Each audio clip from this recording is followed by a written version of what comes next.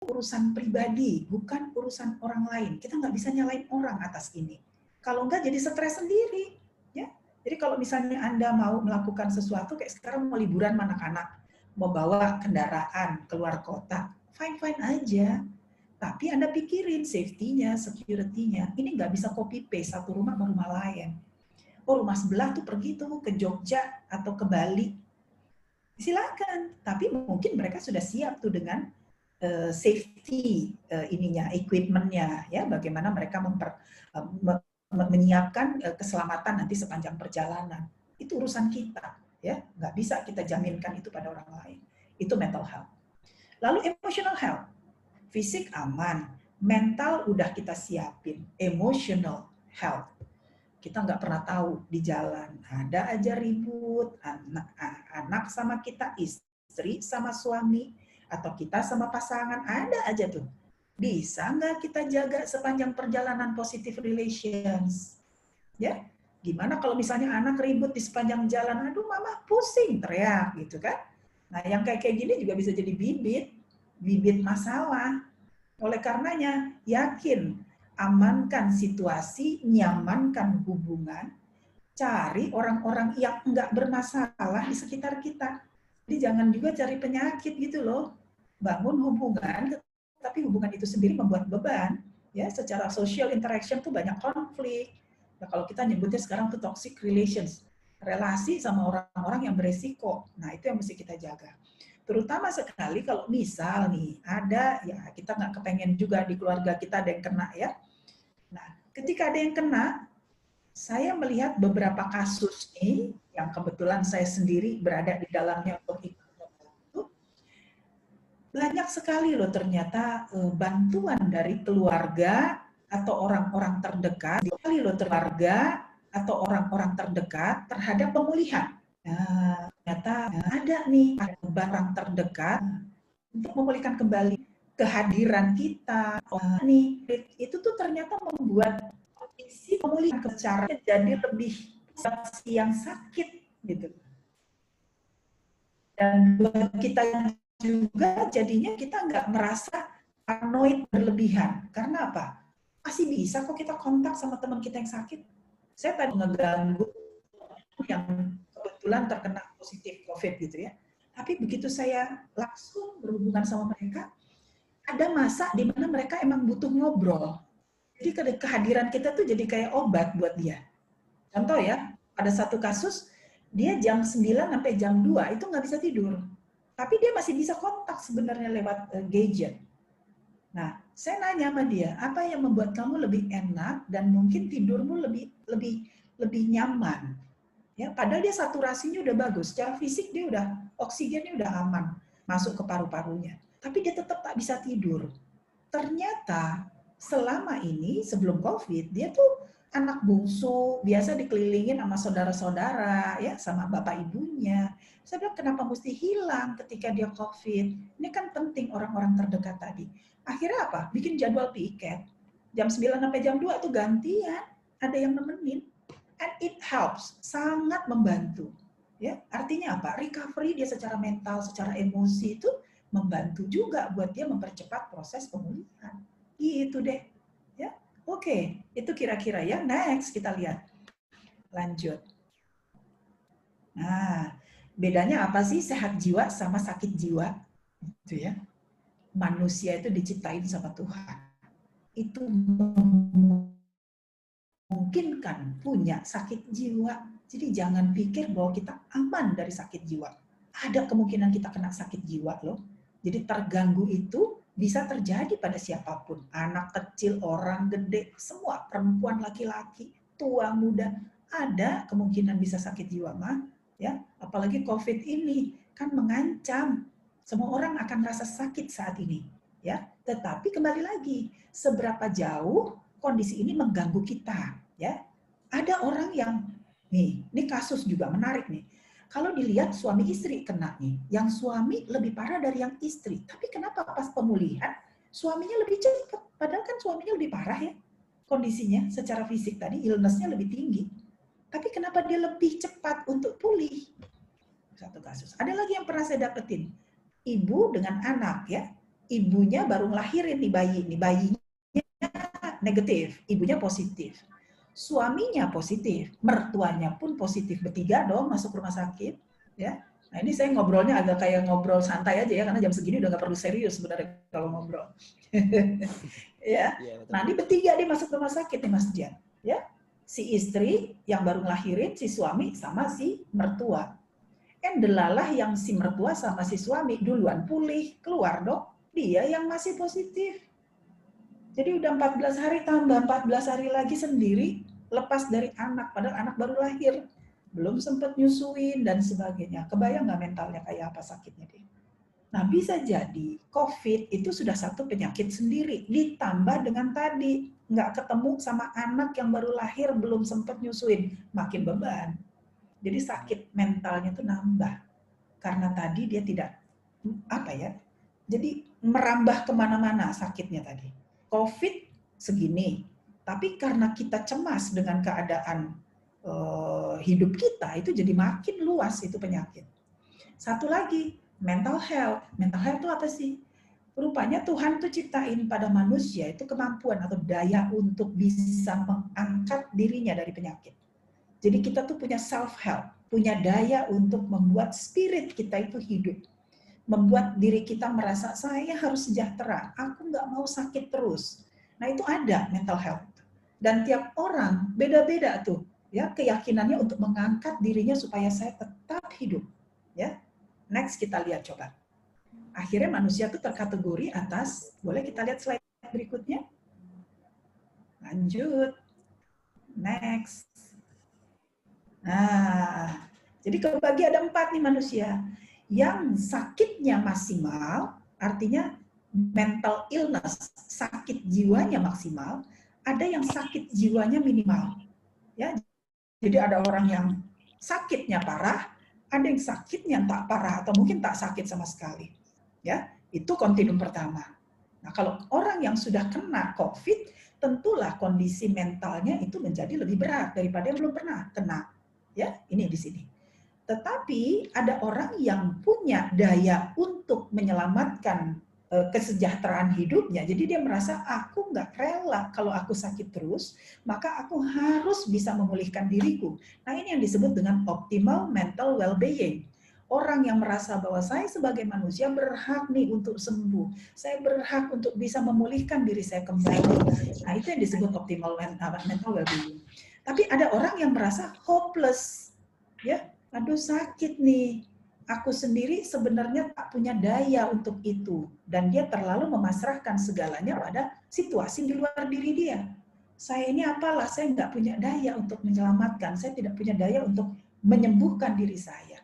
Nah inilah kondisi mental yang kita sebut minimal mental well-being. Kesejahteraan jiwanya itu agak kurang. Nah orang-orang yang ada di sini ini yang perlu kita bantu. Ya, biasanya profesional, ahli-ahli jiwa atau mungkin ahli-ahli perilaku seperti saya itu akan lebih banyak berkonsentrasi pada orang-orang yang minimal well-being. Kita akan ajak dia, oke, sakit itu sudah Tuhan kasih, ya. Tapi kalau kau ratapi terus itu akan menambah beban mentalmu. Jadi engkau sendiri akan sulit untuk pulih, untuk sejahtera seperti itu, ya. Jadi ini tugasnya kita biasanya untuk mengangkat kembali. Teman-teman bisa lakuin ini kok terhadap saudara, terhadap orang-orang terdekat kita yang kebetulan lagi down, ya, lagi hopeless, lagi ngerasa bahwa aduh gitu.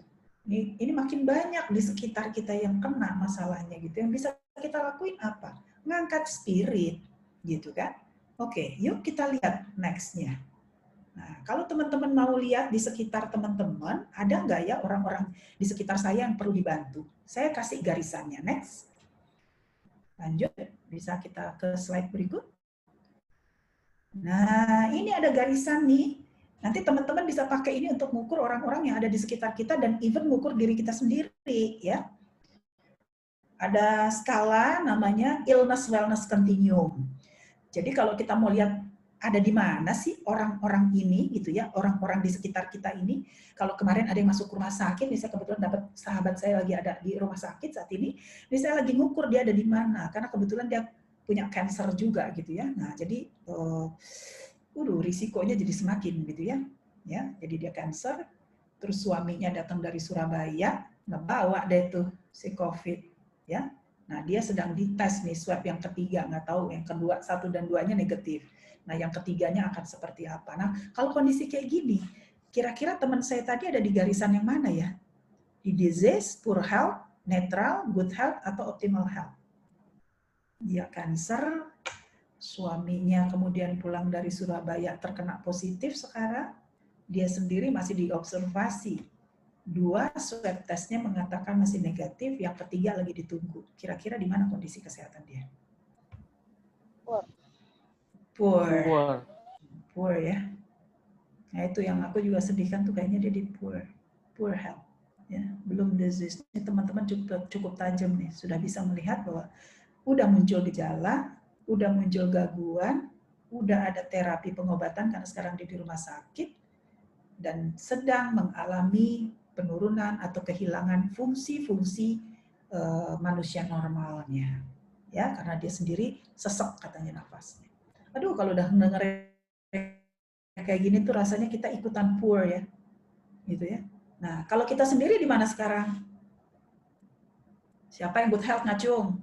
Saya mah pasti good health, di belakangnya ada pantai soalnya. Ini salah satu cara good health ya Mas Anton. Iya, netral. Oke, good. Ada yang bilang netral tadi. Good. Ada yang mungkin sudah dioptimal. Nah, lihat ciri-cirinya ya. Kalau di netral, netral ini sepertinya aman-aman aja Mas. Sepertinya aman-aman aja. Mungkin saya juga ngerasa saya netral deh. Karena apa? Kita nggak dapat simptom apa-apa, nggak ada simptom. Jadi netral tuh nggak ada simptom, aman, nutrisi. Padahal nih, aku nanya, tadi makan siang makan apa? Bergizi nggak? Rendang. Rendang. Catering biasanya. Catering. Lengkap nggak? Catering juga penting tuh, ada sayur. Lengkap? Hah? Nasi Padang, Bu. Nasi Padang. Padang. Nah, itu kan yang katanya nutrisi yang baik itu kan sebenarnya ada freshnya juga gitu kan ya. Nasi Padang, rendang sama gulai nangka gitu ya.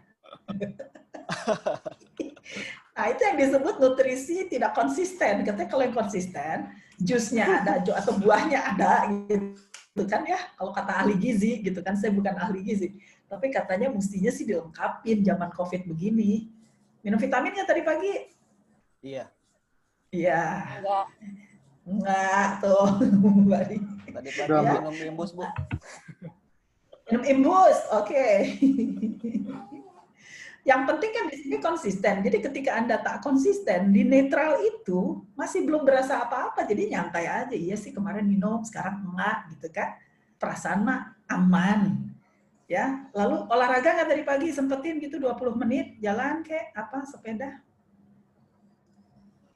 Enggak juga olahraga, sih. Bu. Iya, olahraga apa tuh? Olahraga apa, Mbak? Jalan kaki, Bu, keluar masuk gedung, Bu. Oke deh. Pel rumah. Ya, yang dibilang di sini latihan, exercise. Jadi diniatin bukan sesuatu yang sifatnya nggak sengaja gitu ya, karena emang harus lewatin sesuatu gitu kan. Dari gedung. Ngurus anak juga olahraga, Bu ya? Hah? Kenapa? Ngurus anak olahraga juga, Bu. Kalau dirutinin sama anak-anak jalan pagi tuh boleh. Iya, bareng sama kucing kesayangannya dia bawa keliling boleh. Itu bagus banget buat anak. Namanya mindful. Jadi anak sebelum dia Zoom sama si gurunya, Anda bawa jalan dulu pagi. Itu bagus. Ya.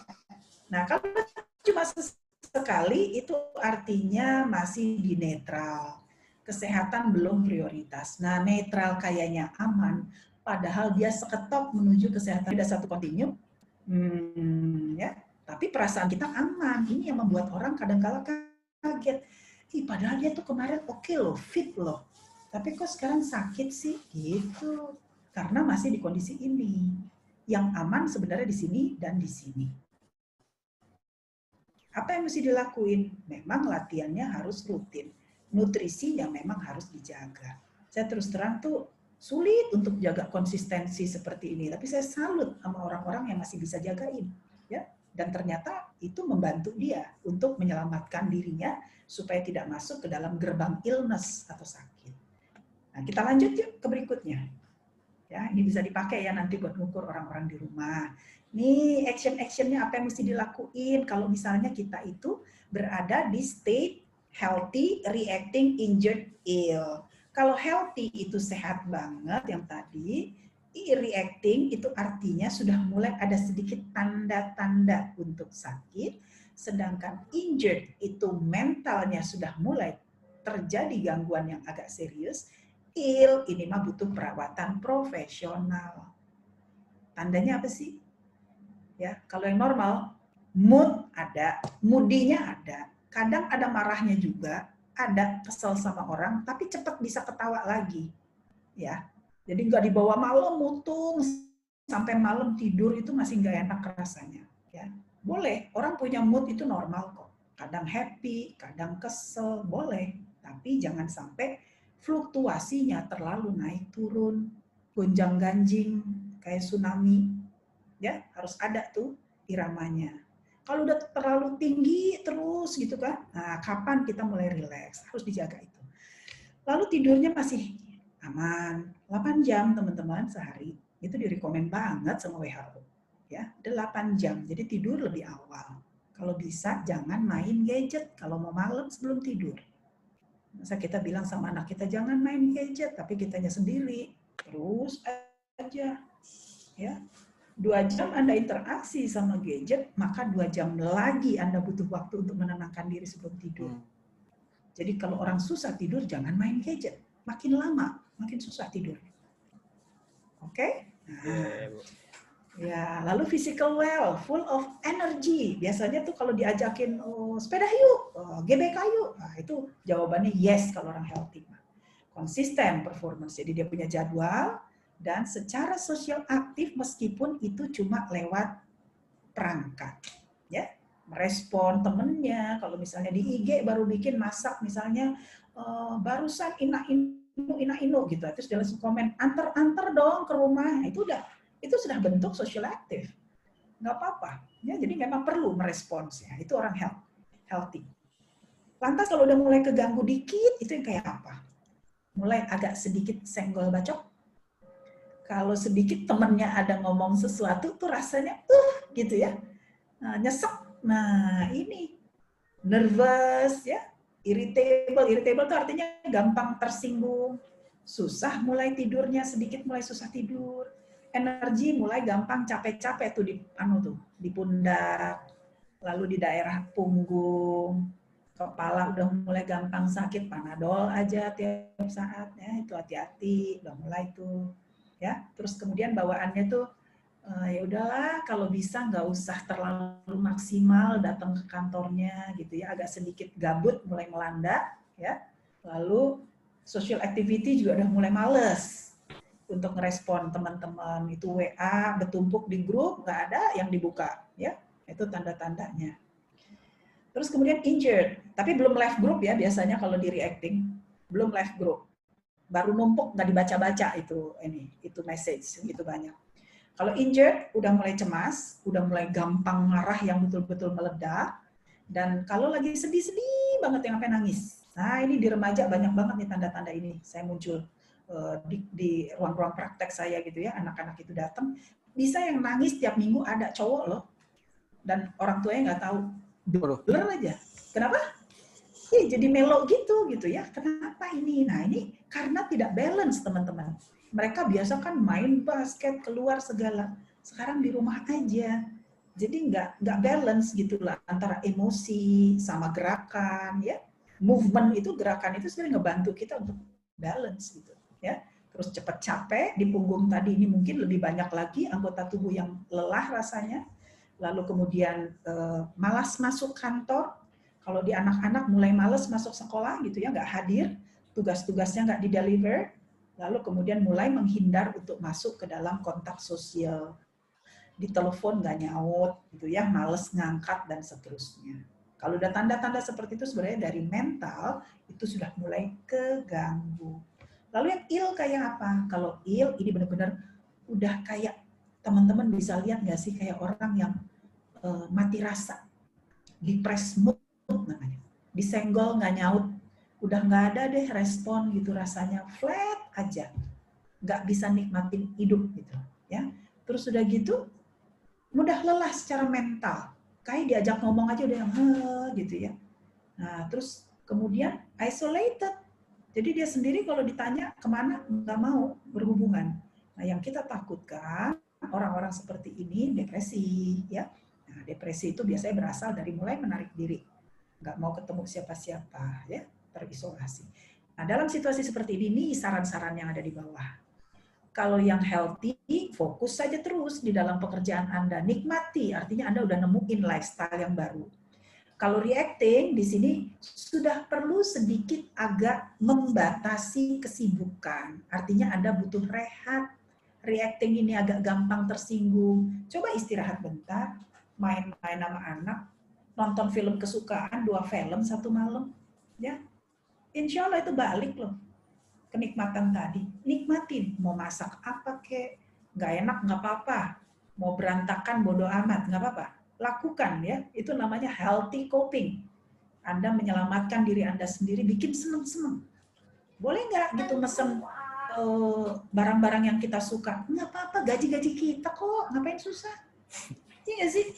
Mau ganti nih, ya kan? Ganti sandal sepeda, ganti, nggak usah susah.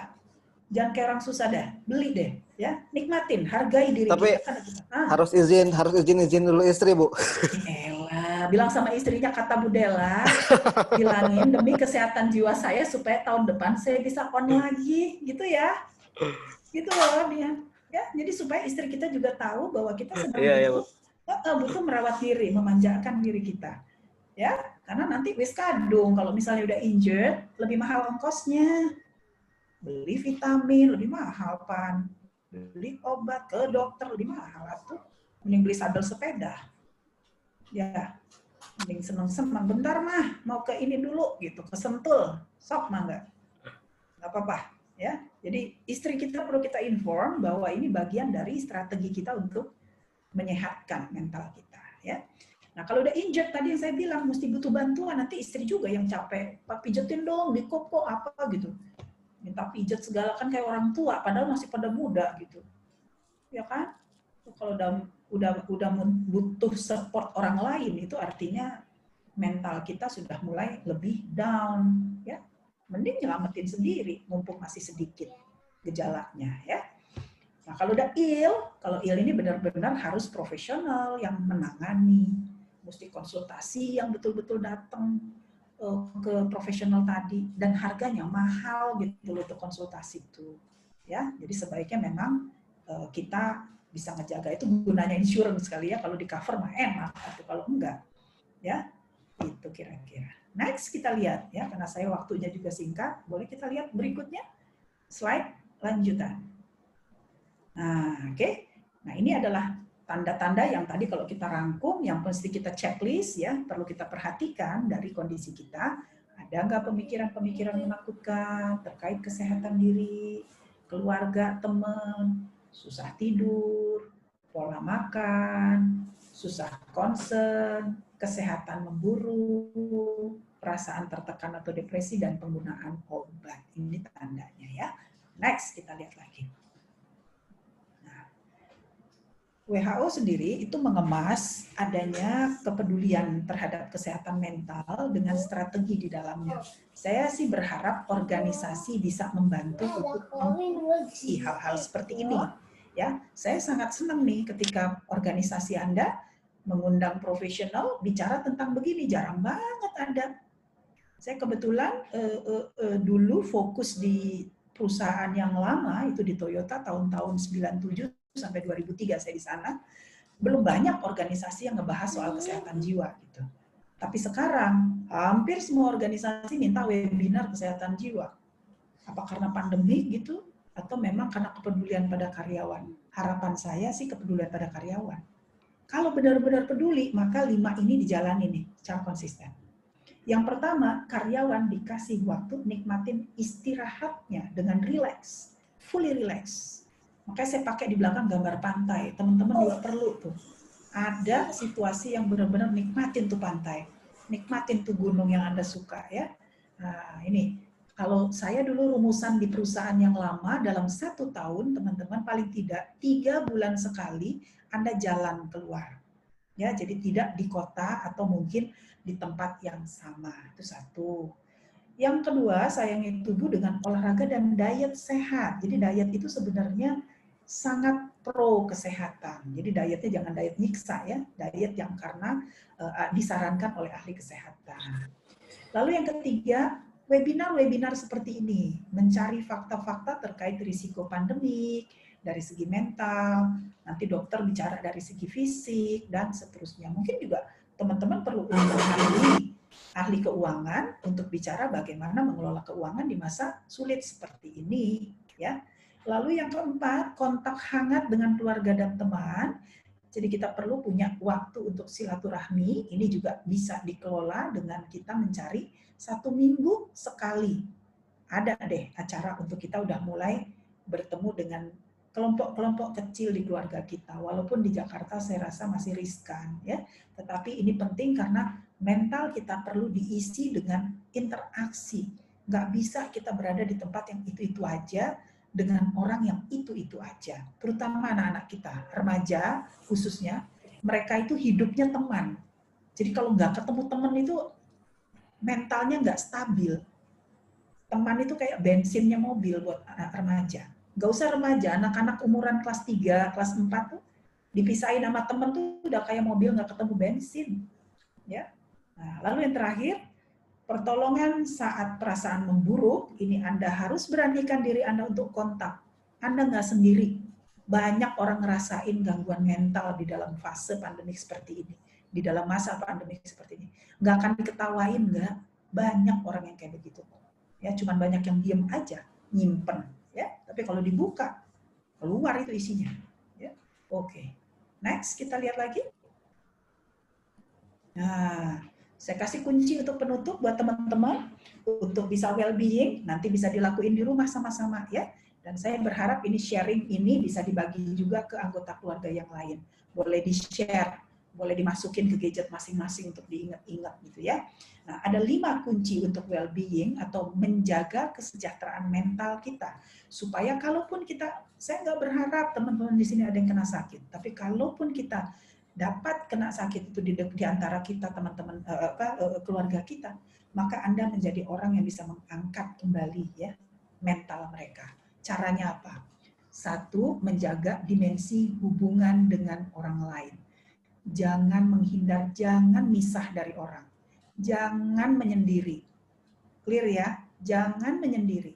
Yang kedua, kalau memang perlu sendiri, ambil ruang yang Anda nikmati. Jadi sendiri bukan berarti Anda dalam rangka, aduh aku memisahkan diri karena orang lain menggangguku. Tidak. Anda ambil ruang sendiri untuk menikmati hidup Anda. Yang ketiga, dimensi kompetensi. Ternyata di masa-masa sekarang ini belajar hal baru itu bagus banget. Yang keempat, cari tujuan hidup Anda karena jangan sampai kelihatan di rumah aja kayak gini, lupa ngurusin cita-citanya anak. Lupa janji sama anak mau ngajak liburan. Ada hari gini virtual, mau nyampe ke Disneyland yang di Amerika juga bisa, gitu ya, tetapi virtual. Anak-anak udah happy, percaya deh sama Budela. Mereka tuh imajinasinya bagus, gitu. Anda bawa ke sana tuh kita ajak ngobrol, berasa udah di sana mereka. Ya, terakhir, pertumbuhan pribadi jangan lupa, Anda sendiri harus memikirkan bagaimana Anda di dalam organisasi. Karir must go on, nggak bisa berhenti di sini aja. Pandemik memang pandemik, tapi organisasi tetap harus jalan. Next, kita lihat gambar-gambarnya. Saya sediain gambar-gambar yang mungkin bisa Anda lakuin di rumah kayak gini. Ya, ini contohnya. Dimensi hubungan positif dengan orang lain. Punya dong meja gede di rumah. Nah, kalau misalnya si kakak lagi ngerjain PR, adiknya lagi ngobrol sama bapaknya, jangan lupa taruh pisang di situ sama apel, ya supaya ngobrolnya itu tetap dalam nuansa yang sehat. Pak Rif bilang bahwa kalau saja Anda memberikan empati, empati itu artinya know in apa yang disulitkan sama keluarga kita, apa anggota keluarga kita. Ini saling know in. Papa sama anaknya saling know in, mama sama anaknya bisa saling know in. Sharing judulnya ini. Ya, nggak ada yang kelihatan merengek, saling menuntut. berbagi dalam satu meja. Mejanya nggak perlu gede, tapi semua bisa duduk. Oke? Nah, itu satu. Hubungan positif harus dijaga. Kalau rumah saja udah gonjang-ganjing, gimana? Anda tiap hari ada di rumah. Ya, jadi harus dibikin happy di rumah. Kalau dia di kamar terus panggil. Di barusan anakku nih kerja di kamar dulu gitu kan, karena anak elektro. Cewek elektro, bayang nggak sih? Empatinya ada di mana? Dipanggil, adek sini, yuk kita mau masak apa, gitu kan? Kalau nggak gitu nggak digugah, dia akan sibuk dengan dunianya. Kita panggil dia ya.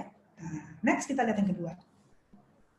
Nih, tuh ngawang-ngawang gitu ya, ngebayang-bayangin nonton film kesukaan tadi, biarin. Jangan ganggu ayah dulu ya, ayah lagi mau nonton apa gitu. Ada kok, bola juga udah mulai kok. Suami saya tuh nonton bola jam 2. Udah mulai ada kan katanya, walaupun tanpa penonton ya katanya gitu. Iya, ada, Bu. Oh, mangga, saya kasih. Oke, hayu. Betul, Bu. Iya, silakan gitu ya. Sementara istrinya sholat malam gitu. Suaminya nonton bola gitu ya. Matching banget ya. Tapi ya itu kan kita masing-masing. Saya otonom, mungkin saya rasa saya lagi butuh sholat malam gitu kan. Tapi kalau suami saya butuh nonton bola, udah jangan saling ganggu, jangan saling marahin juga. Nikmatin aja masing-masing. Itu yang disebut dengan dimensi otonom, menghargai setiap orang tuh punya kenikmatannya sendiri-sendiri. Ada waktu. Oke, next. Yang ketiga, mamah kalau udah ngajarin anak belajar harus lebih pinteran dari anaknya. Kalau bisa pinteran dari gurunya, ya nggak, Mam? Jadi kuasai itu, Anda orang kantoran, pinter banget. Cuman ngerjain soal-soal kayak begini mah, gancel, gampang. Ya, jadi bikin diri kita itu resourceful, bikin diri kita itu confident, pede. Tuh. Lihat anaknya bangga banget lihat mamanya jago kayak gini. Tapi kalau Anda udah bilang, Mama nggak ngerti, Kak, gitu. Nah, itu Anda sendiri jadi kehilangan moral atau mental untuk ngangkat up, bikin diri Anda menjadi sehat. Ya, sehat mental. Jadi jangan ada lagi tuh ke depan gitu webinar tentang apa? Bagaimana mengelola emosi anak dan perilakunya pada saat gitu ya, pandemik gitu ya. Bagaimana membuat anak menjadi lebih fokus ketika belajar dengan PJJ jarak jauh. Cari caranya. Banyak kok. Dikasih kok ya. Sourcesnya ada. Saya kalau buka tuh banyak banget tuh. Bahan-bahan untuk mengajarkan anak di rumah kelas 3, 4, 5, 6 itu ada. Dikbud sendiri ngeluarin itu. Kalau Anda mau yang versinya internasional, yang pakai bahasa Inggris, itu pun ada. Ya, banyak mereka mengeluarkan tuh versi-versinya ngajarin anak di rumah. Bikin jadi homeschool rumah itu. Jadi mereka ngerasa serius pada saat mamahnya ngajarin atau papahnya ngajarin mereka. Oke, next lanjut. Dimensi berikutnya. Tuh, jalan-jalan bareng yuk.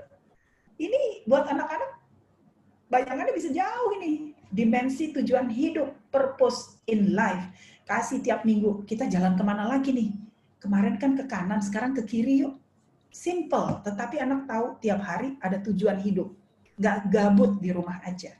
Ya kok dibilang, kenapa anak-anak cuma gadget aja ya Bu Dela? Ya habis mama-papanya nggak pernah ngajakin gini. Buat perencanaan. Kita jalan yuk sampai lapangan sana tuh Kak. Sampai lapangan situ. Beli layangan yuk pulangnya. Anak seneng diberi janji kayak gitu. Ya, oke. Nah, kemudian next yang terakhir.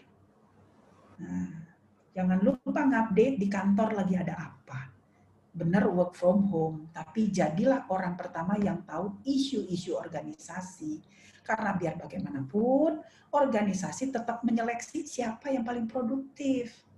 Jadi sebenarnya kita ini tetap akan diseleksi, dipilih siapa yang akan diberi lebih, siapa yang akan diberi opportunity. Organisasi akan lihat siapa yang memang terus-menerus mengisi dirinya dengan kompetensi, mengisi dirinya dengan potensi. Jadi jangan membuat pandemi ini membuat kita akhirnya stuck pada satu titik, nggak nambah ilmu, nggak nambah kepandaian. Ya, jangan sampai disalip di tikungan untuk urusannya kayak gini. Organisasi akan lihat, meskipun di rumah ada cara mereka untuk menilai siapa yang lebih produktif. Itu deh kira-kira. Next, habis kayaknya ya. Jreng.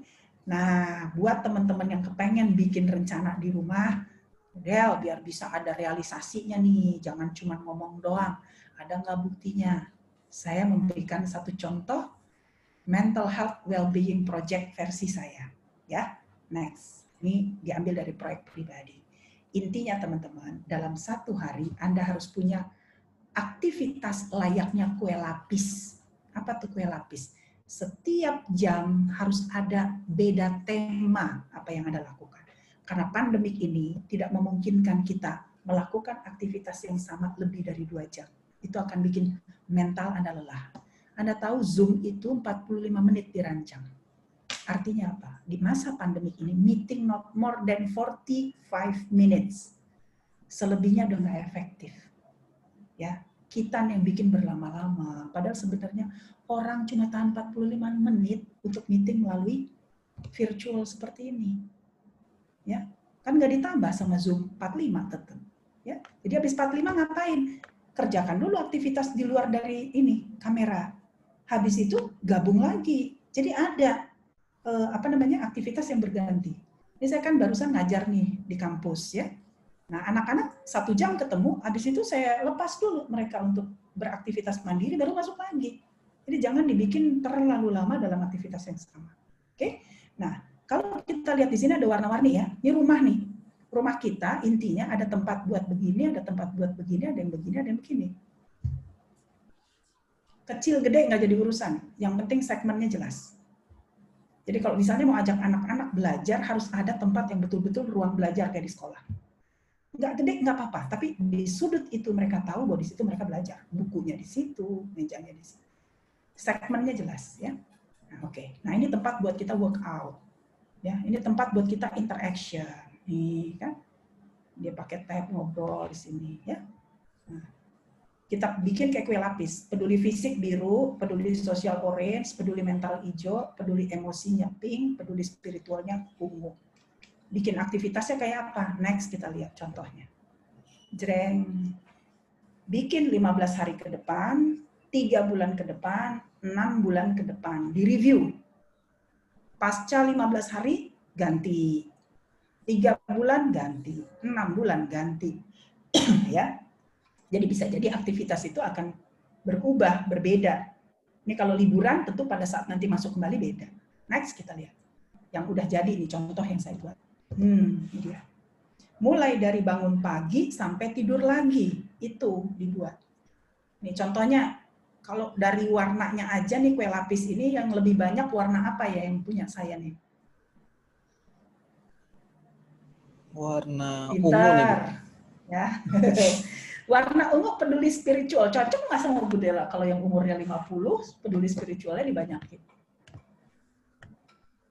Cocok, Bu. Karena sebelum pandemik, mungkin itu aktivitas yang jarang saya lakuin. Jadi untuk membuat balance, saya malah jadi sempat dengerin tausiah, ngaji, dan seterusnya. Mungkin teman-teman lebih mudah lain lagi kebutuhannya sama saya gitu loh.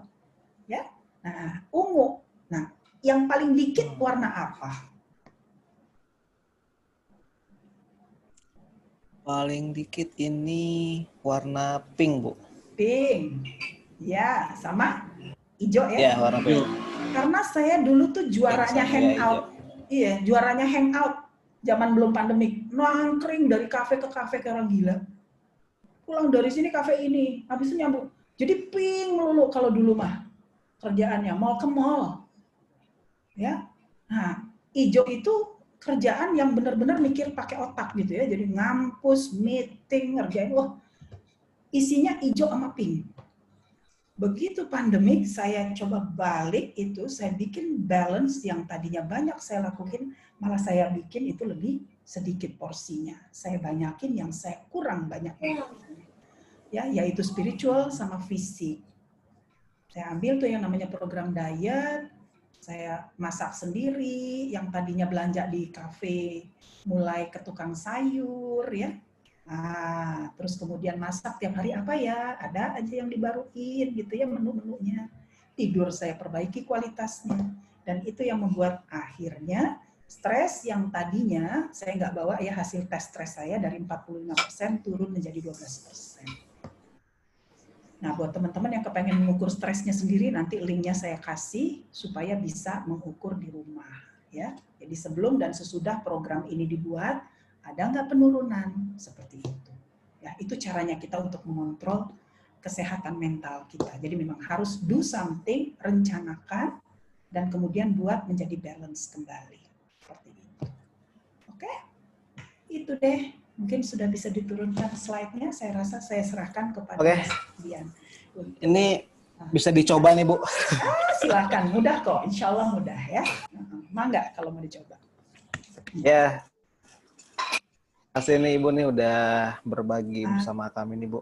Thank you. Ya, untuk teman-teman yang mau bertanya, monggo silakan kepada Ibu Viera, entah itu masalah psikologi atau masalah anak, masalah cinta boleh. Bisa nggak, Bu?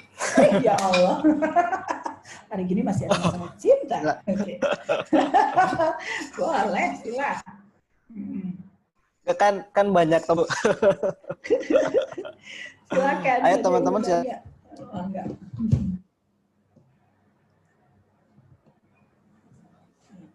Bu Dela. Iya sayang, silakan. Ini saya dengan Maya, Bu. Maya, makanya kok namanya. Aja. Ayo boleh Mai, silakan Mai. Iya mungkin ini sih Bu emang dari. Iya makasih.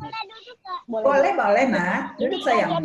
Nggak apa-apa dia mau nanya apa mungkin kakak mau nanya. Ini juga yang dialamin sama ibu-ibu ya, mama-mama itu kali ya, Bu, ya.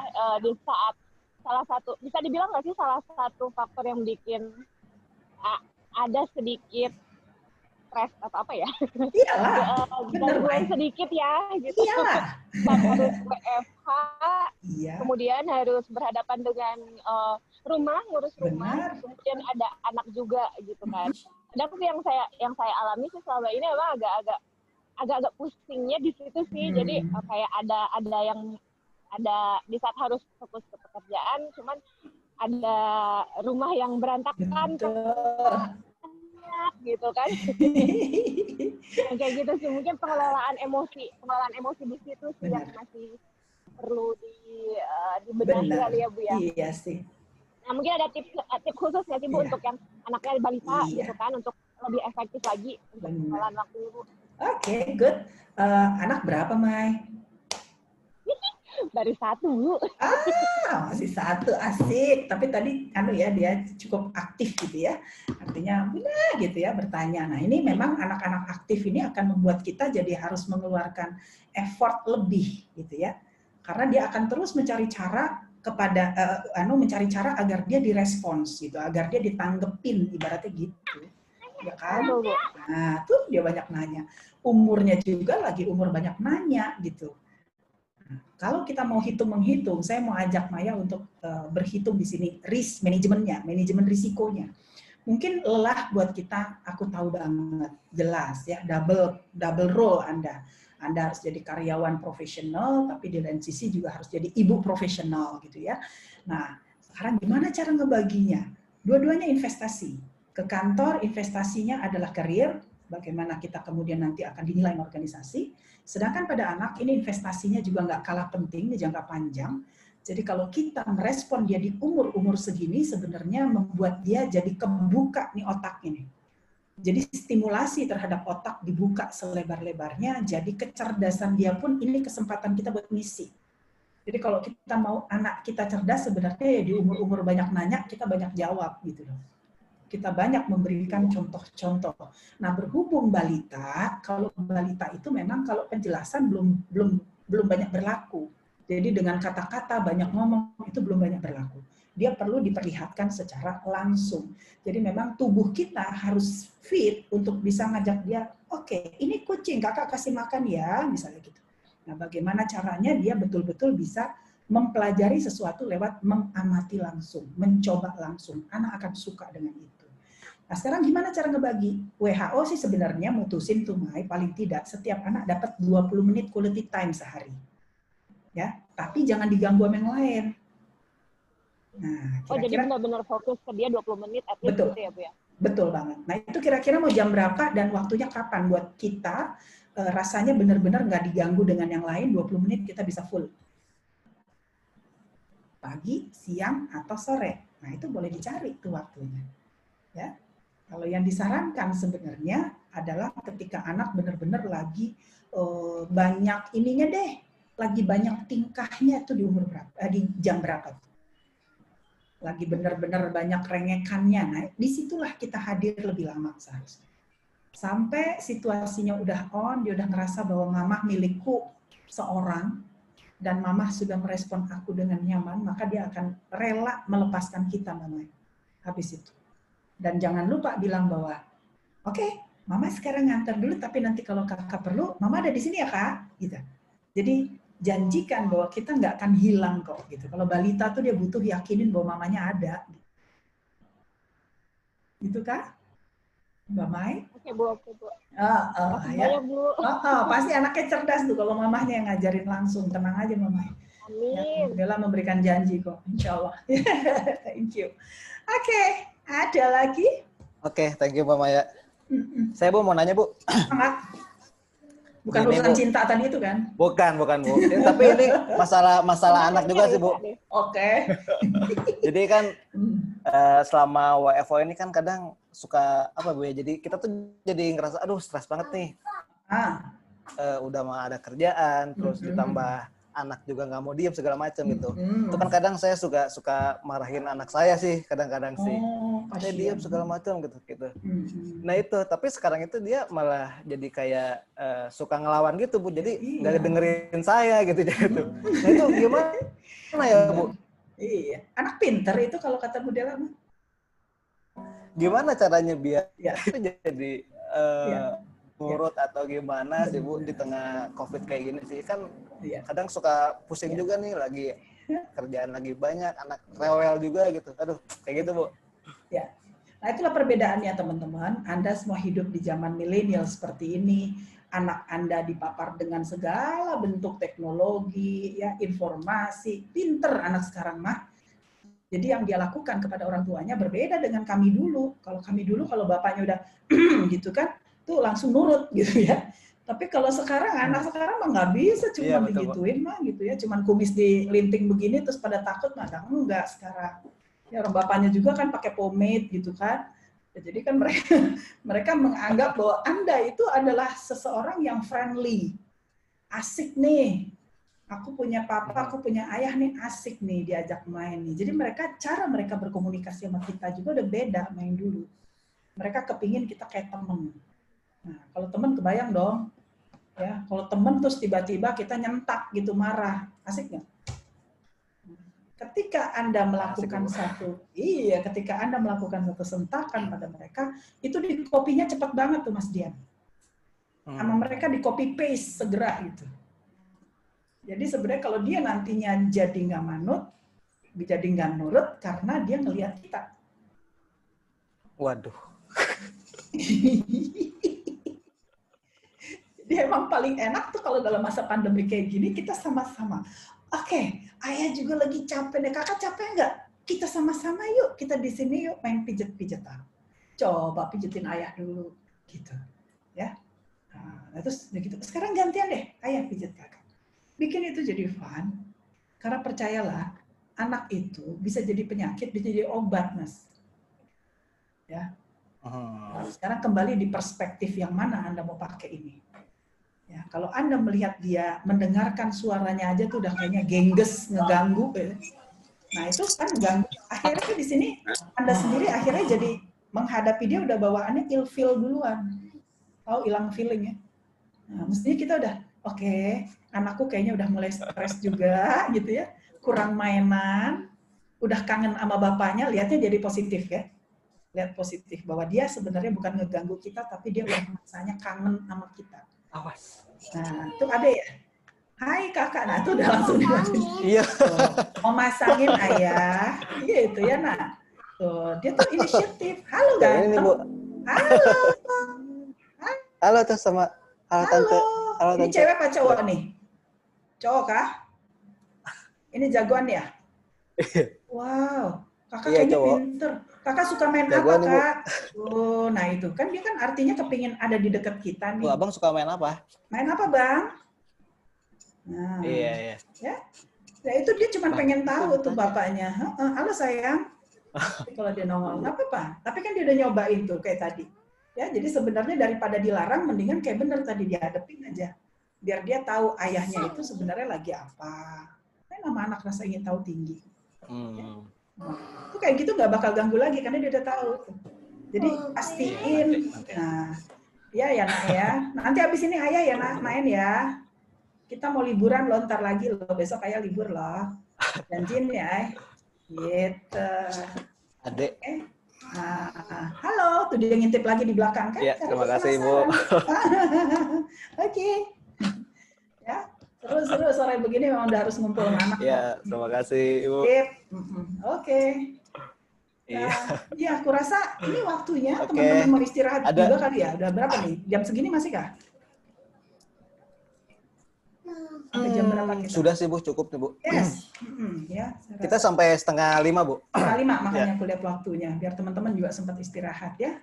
Anytime kalau ada pertanyaan boleh. Nanti aku Ya. bantu jawab lewat WA kayak apa. Oke. Sip. Baik, terima kasih pada Ibu Viera yang telah nyempetin waktunya nih Bu untuk berbagi bareng kita nih Bu. Mudah-mudahan bermanfaat Dan ya. juga terima kasih buat DJSN yang telah amin semoga bermanfaat semuanya. Terima kasih buat DJSN juga yang telah berpartisipasi di acara digital kali ini. Wawasan kita mengenai kesehatan saat pandemi dan juga bisa bermanfaat untuk kita semua. Penutupan Bu, kita ada foto dulu nih Bu. Teman-teman kameranya dinyalain ya. Iya. Oke. Ayo nyala semuanya. Halo, Wah, Mbak Maya gimana nih Mbak Maya? Lagi di mana, Bi?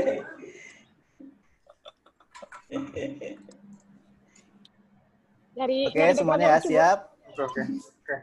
Oke. 1, 2, 3.